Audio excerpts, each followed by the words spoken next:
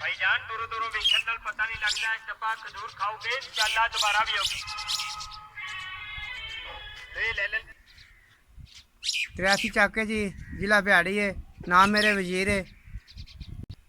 सुबह नमाज पढ़ के निकली था भाई, सुबह 6 बजे नमाज पढ़ के निकली था। तो साढ़े भ्याड़ी तो अगे जाके अगर मूरे रोड से अगर मंडी काफ़ी दूर बन जाती है, उतों वापसी माल पाईदा, उतों वापसी आईदा, शाम तक माल बेचीदा, दिहाड़ी बनती है साढ़ी 400 500। 5 बच्चे हैं मेरे जी, एक बेटा 4 बच्चियाँ। तो सुबह शाम मेले मेले मेले मेले सोते वेले घर बड़ी दा माल फिर भी थोड़ा बहुता बच जाता, कदे 400 बच जाता, कदे 200 बच जाता, कदे 500 बचता है। गरीब बंदे है गया, बुढ़ा बंदा है गया, मैं बच्चियां का घर है गया, एक बच्चा ही छोटा है गया, 10 सालों का बच्चा है गया जी। शुक्र अलहमदुलिल्लाह, रोजी तो मगर भजे हुए हैं भाई। शुक्र अलहमदुलिल्लाह 400-500 बच जाता बच्चों की खातर। सारा दिन रुली दा भाई, बुढ़ा बंदा है गया, थक जाइदा शाम वेले। एक बीमार बंदा है गया, एक अल्लाह का शुक्र है, दुआ मंगी दा है।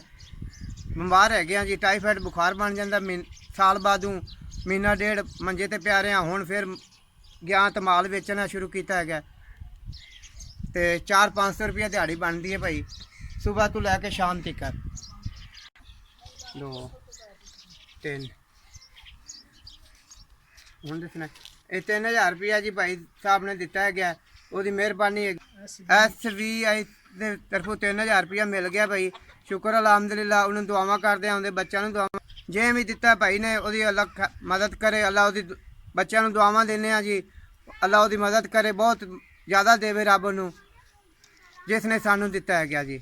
जे भी दिता भाई ने, वो अल्लाह मदद करे। अल्लाह वो बच्चों को दुआवां देने जी, अल्लाह वो मदद करे, बहुत ज़्यादा देवे रब नूं।